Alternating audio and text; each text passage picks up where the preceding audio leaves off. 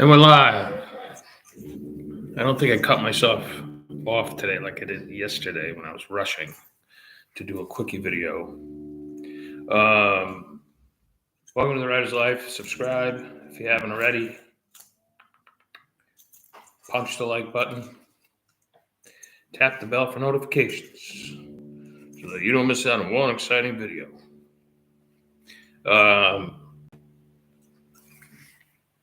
Retirement. I happen to be doing or ghosting an article on early retirement for, I don't know, some publication in Canada, I think. I don't know. Who cares? Anyway, but it got me to thinking. If you have a gift for words, if you have a gift for making sentences, paragraphs, chapters, whatever, even if you're already a full-time writer who works a writing job, a full-time writing job, like say you're a newspaper reporter, or say you write ad copy, or maybe you're a technical writer for, like, I don't know, for an engineering firm. Or even if you're not a writer, but you write on the side, and we all know I hate that on the side thing, but if, say, you do write on the side and you've already written a few books, maybe published them independently or even traditionally, you can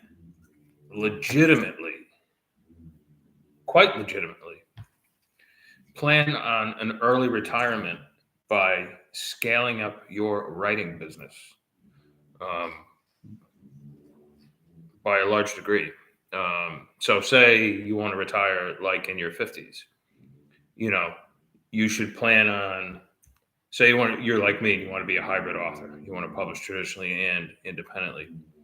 You want to crunch some numbers so that you're like, okay, I need this many books under my independent label in order to make a certain amount of money per month that will pay a certain amount of bills, right? That only makes sense. Maybe it's 100 books. It depends on how popular you are. For some authors, it might be like 50. You need 50 books in order to make, maybe 30 or 40 grand a year. For other authors, it might be you need 250 books and novellas and stories in order to make $40,000, $50,000 a year. And then on the traditional end of things, you could probably realistically look at maybe a couple advances or a couple of nice advances. I mean, like $5,000 to $10,000, maybe, or what? All right, scratch that. Maybe you can look forward to like one nice advance between $5,000 and $10,000 per year on top of the $30,000 to $40,000, right? And there's other opportunities like Vela and whatever other platforms are out there. So, in my opinion, I think by the time you reach your 50s, you should be able to be pulling in six figures almost easily from your writing if you plan it out accordingly. And that's exactly what I've been doing. Of course, I've been doing this full time for 25 years. That's why a lot of people joke with me and they say, you retired 25 years ago. There's some truth to that, because say I had retired, say I had worked construction all the way up to like a couple years ago. What I'm doing now is exactly what I would be doing in my retirement. I would be writing and traveling and writing and traveling and writing, skiing, fishing, traveling, writing. You get the point. So in a way, I am retired. But planning on being like a full-time self-employed writer, once you leave your day job, is a really, really good way to plan on retiring early. I know like one guy in particular who's a reporter. I'm kind of like, I never say this to him, but I want, because he's very good at what he does and he's like the big boss. And I want to say to him, like, why don't you just chuck it and become like a full-time freelance writer, like, and forget the rat race, put it all behind you. Who wants to like get up in the morning and like oh my God, I gotta I gotta race to work in rush hour and try not to get into an accident, get there on time and punch the clock. And, I got people who I'm responsible for under me. I got to manage them. I got to do that. No, I just want to be working at my kitchen table or my office in my pajamas. And, I want to work out when I want to work out. I want to, take a nap when I want to take a nap. I want to buy plane tickets to wherever because I can work from over there.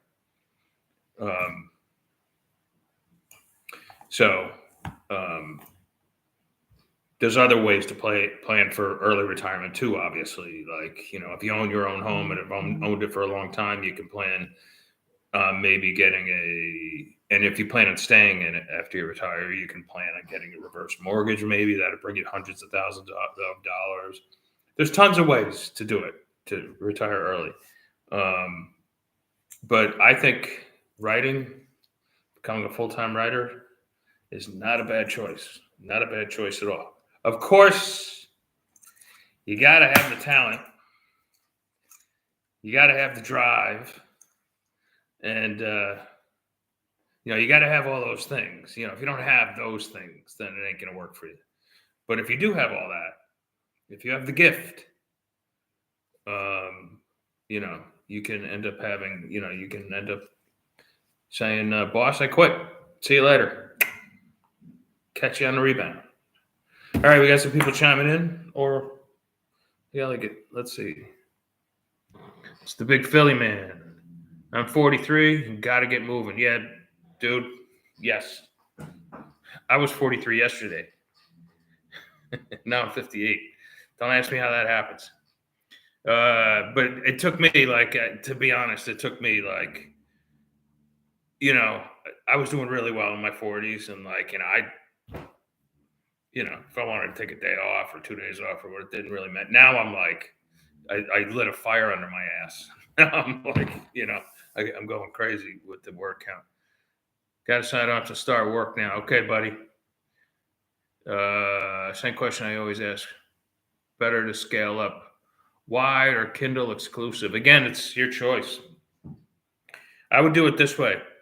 I would start with Kindle exclusive for the first 3 months and then go wide with your books. Do everything with Kindle, unlimited first for 3 months, maybe 6 months, and then switch over and go wide.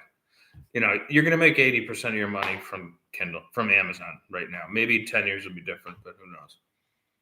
I started writing as a hobby, but after a rough Monday at work, I'm seriously looking at how I can produce at pulp speed and makes some money on my own in terms of a change. Yeah, sure. I think it's just a matter of doing it. I don't want to be that guy that talk to your financial advisor about it. That's I'm not a financial advisor. So who am I to give you advice like that? But you have to look at it like this, big Philly. You got to be like, okay, what would happen if my boss came to me today and said, you're done. We're in a recession, inflation's killing us. I got to let you go. What would you do? My guess is you would, the very next day, you'd start writing like a nutcase, and you would be putting out material, and after about 6 months, you'd be like, wow, I didn't need the job in the first place. Again, you got to figure that one out for yourself. I can't give you that advice. It's not legal for me to do so. But I'm just laying out a scenario for you that could possibly happen. Always plan for the worst. Hope for the best, but plan on the worst. What happens if Amazon shuts down? What if tomorrow they're like, you know what, this book thing has been great, but we're getting rid of it. Then you got to make plans to shift everything over to draft to digital and all that sort of stuff. So anything can happen. They're called black swan events, and you got to be ready for them. All right. I actually have a grocery list, I think. Do I have a grocery list? I do. This is my grocery list. I have to go buy this stuff.